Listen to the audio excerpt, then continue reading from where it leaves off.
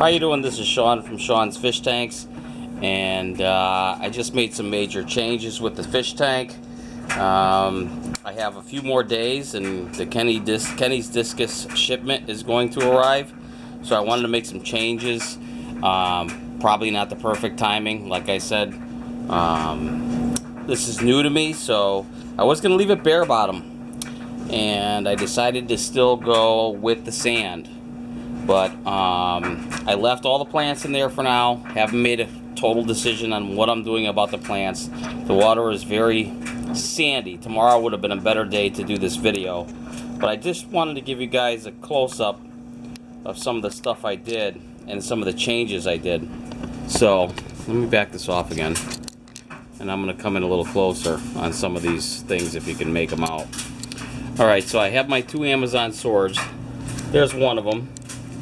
And there's a Java fern next to it, and then there's my other one now over by my sponge filters. Now I left my sponge filters dirty on purpose when I removed the gravel today, because I wanted to make sure that there would still be a lot of biological stuff in here. The discus seem perfectly happy. The tank is a lot brighter. Now there's 4 additions I've made to my filtration. Now that's up here. They were on sale. I've had one of them for a long time, and they are called Whisper 40 Eyes, and they go inside the tank, almost like a built-in overflow type system. I used to use these on smaller tanks, and the one that I had was really good, and that's the one over there to the right. I'm going to put sponge media inside of it and once in a while I'll throw a Whisper filter bag in, but I'm going to use sponge media inside of it for the most part, and it's just going to be an easier way to filter this water.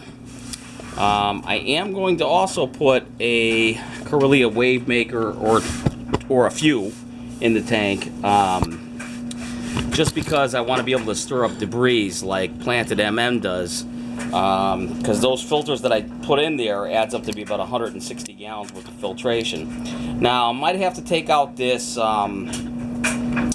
what do you call it,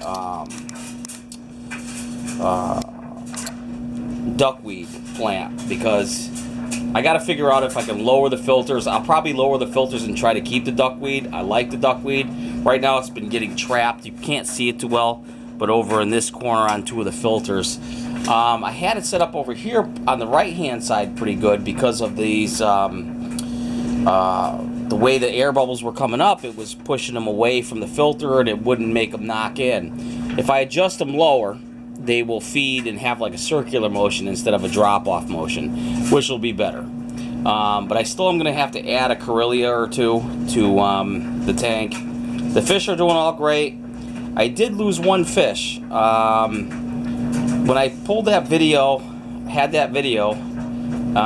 had one fish come in and he wasn't looking too well after time, and it was kind of sad to see him go, but he wasn't doing very well, and I tried to put him in a hospital tank, and he looked even worse, and he just went to his side, and that was pretty much it.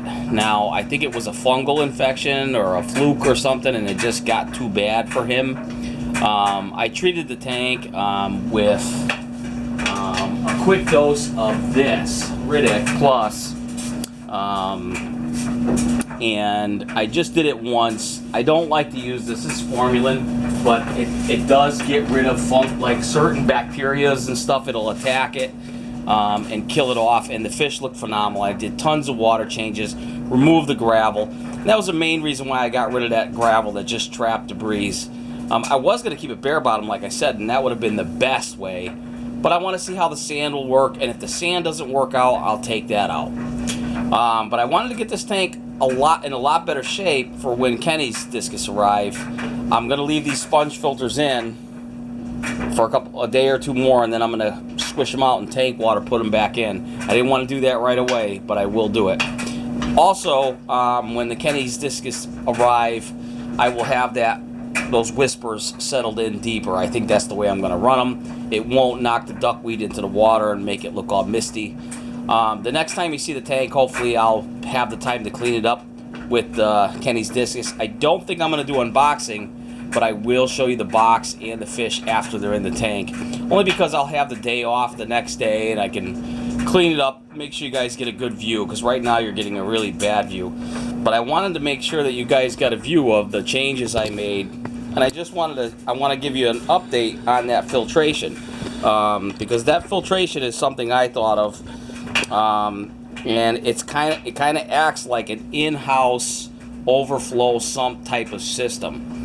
And I think it'll work really well. I got 4 of them, like I said, so 4 times 40 is 160 gallons. We'll see how it goes. So we got a few more days, 3 more days, and Kenny's discus is going to arrive. I'll have 2 new additions to the tank. And the last thing I'm going to need to do, besides maybe taking out some plants, I'm not quite sure yet, is to try to catch these red-eye tetras. At some point, they got to go bye-bye. But anyways, I just wanted to give you this update, and hopefully you'll see the new one when Kenny's discus arrives. Thanks a lot.